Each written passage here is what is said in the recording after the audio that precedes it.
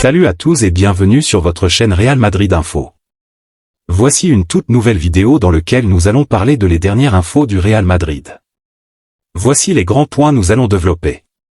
Premièrement, Brahim et Joselu font mieux que Rodrigo. Ensuite, une offre mirobolante du Qatar déjà prête à détourner Mbappé du Real Madrid.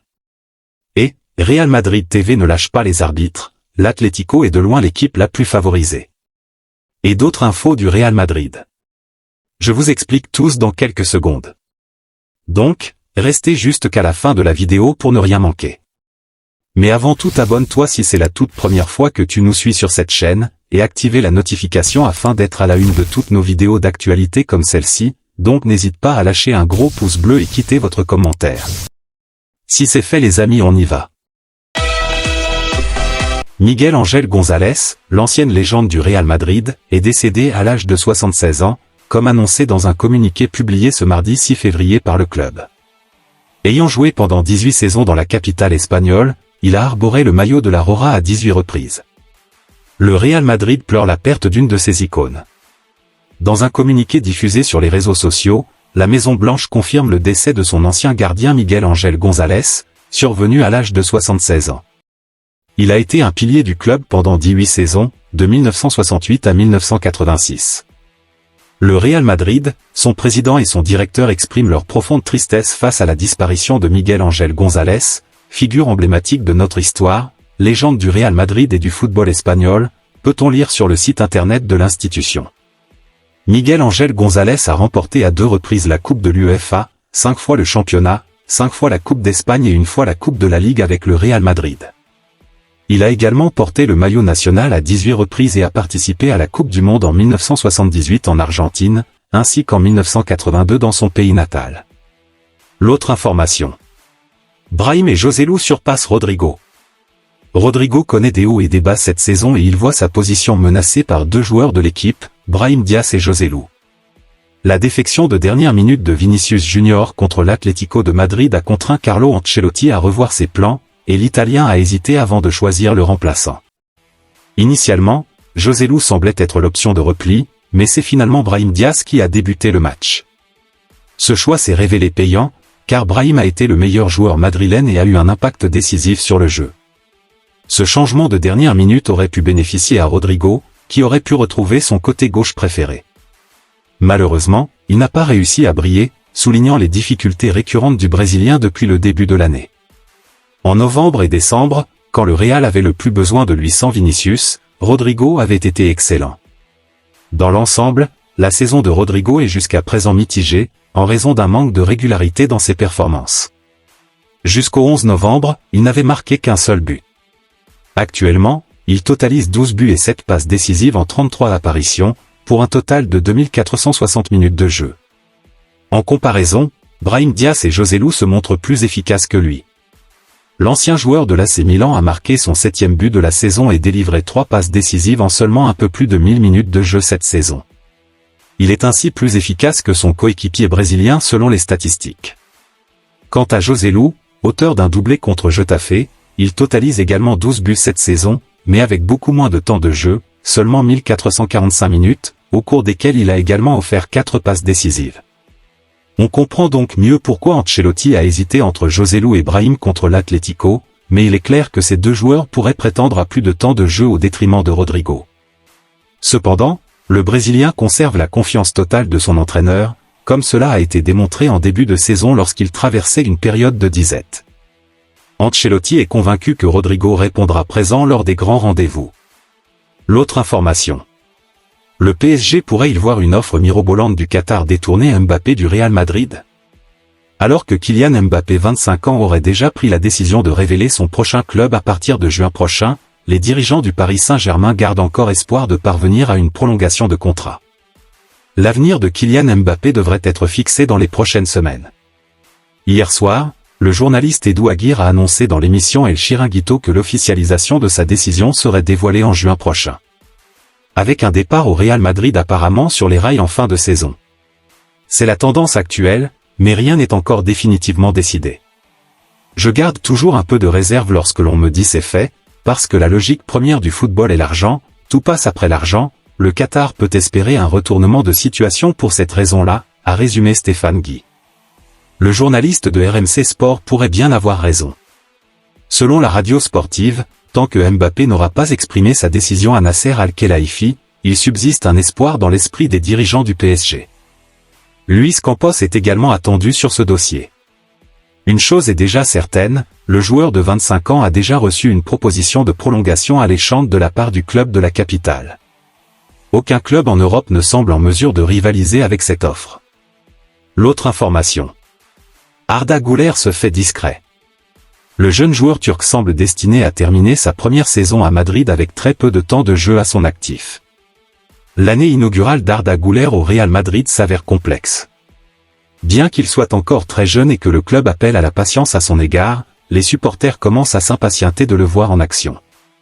Arrivé cet été, des blessures ont retardé ses débuts jusqu'au 6 janvier, et depuis lors, il peine à se faire une place dans l'équipe d'Ancelotti. À l'exception de sa titularisation en Coupe du Roi contre Arandina, où il a joué 59 minutes, ses apparitions sont rares. Il n'a ajouté que 9 minutes de jeu supplémentaires contre Las Palmas le 27 janvier dernier, accumulant seulement 68 minutes en 9 convocations. Plusieurs facteurs expliquent cette situation. Tout d'abord, une forte concurrence à son poste, avec des joueurs comme Bellingham, Ceballos et Modric, ainsi que d'autres talents comme Brahim Diaz et Camavinga, qui ont gagné la confiance d'Ancelotti grâce à leurs performances. Ensuite, l'agenda chargé du Real Madrid a limité les opportunités pour le Turc en équipe première. Cette saison, les Merengues ont déjà disputé 3 derbys contre l'Atlético, un classico en finale de la Supercoupe, ainsi que des matchs exigeants à l'extérieur contre Las Palmas et Getafe. Enfin, l'adaptation d'Arda Güler au football espagnol n'est pas sans difficulté. Son jeune âge et la barrière de la langue compliquent certainement la transition. Malheureusement, pour le moment, il semble peu probable que la situation de Güler évolue considérablement, alors que la phase décisive de la saison approche. L'autre information. Modric refuse le Pont d'Or de l'Arabie Saoudite. En fin de contrat en juin avec le Real Madrid, Luka Modric est très convoité, notamment par l'Arabie Saoudite, qui lui a proposé une offre lucrative. À 38 ans, Luka Modric n'a pas l'intention de prendre sa retraite.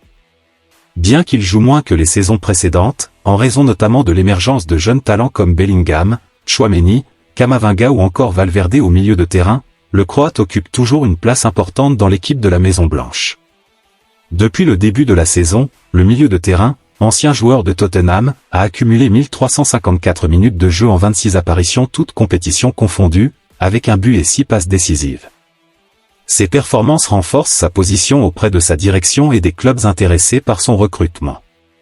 Selon les informations de l'émission espagnole El Chiringuito, le lauréat du Ballon d'Or 2018 aurait reçu une offre extrêmement lucrative de la part de l'Arabie Saoudite. Un contrat estimé à 100 millions d'euros que le Croate a refusé, alors qu'il est en fin de contrat avec le Real Madrid en juin. Depuis plusieurs semaines, la presse madrilène est unanime sur les intentions du joueur. Il souhaite rester dans la capitale espagnole, même si son temps de jeu diminue. Il est convaincu de pouvoir encore rendre des services à son entraîneur Carlo Ancelotti, récemment prolongé jusqu'en 2026. Reste à voir la réaction de Florentino Pérez. L'autre information. Real Madrid TV critique sévèrement l'arbitrage, l'Atlético est largement favorisé. Après le derby madrilène qui s'est conclu par un match nul 1 au Santiago Bernabéu dimanche dernier, Real Madrid Télévision, la chaîne de télévision officielle du Real Madrid, a émis plusieurs observations qui ont suscité de vives réactions sur les réseaux sociaux. Permettez-nous de relater les faits. Lors de l'échauffement, nous étions sur le terrain et Sanchez Martinez nous a salués, nous a fait ce signe de la main salut. Quelle pression exerce Real Madrid TV? 3 pénaltys non sifflés. Xavi et Laporta seront ravis ce soir. Contre vent et marée, ont-ils commenté sur RMTV. Que pensera l'arbitre José María Sanchez Martinez de son arbitrage ce soir? Aura-t-il la conscience tranquille en allant se coucher? Le Real est toujours en tête malgré l'arbitrage. 2 points nous ont été volés en ne sifflant pas 3 pénaltys Soul sur Lucas Vázquez, Savic sur Bellingham et Llorente sur Bellingham. Les décisions ridicules et incompréhensibles de l'arbitre ont privé le Real de la victoire. Les pénaltys sont évidents, limpides. Le VAR était aux abonnés absents. Nous aimerions qu'ils s'expliquent et justifient leur décision. C'est un scandale que cela n'ait pas été signalé. Il lui donne un coup de coude dans le dos pour l'empêcher d'avancer, ignorant le ballon. C'est aussi clair que du cristal. Ont-ils ajouté en référence au possible pénalty de Savic sur Bellingham? Nous ne sommes pas dupes.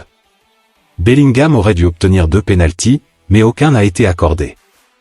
Jude comprend maintenant ce qu'est le championnat espagnol. Il y a la trilogie du Seigneur des Anneaux, des films de 3 heures. On pourrait faire une trilogie avec l'arbitrage des derbys contre l'Atlético de Madrid, Alberola Rojas, Cuadra Fernandez et Sanchez Martinez.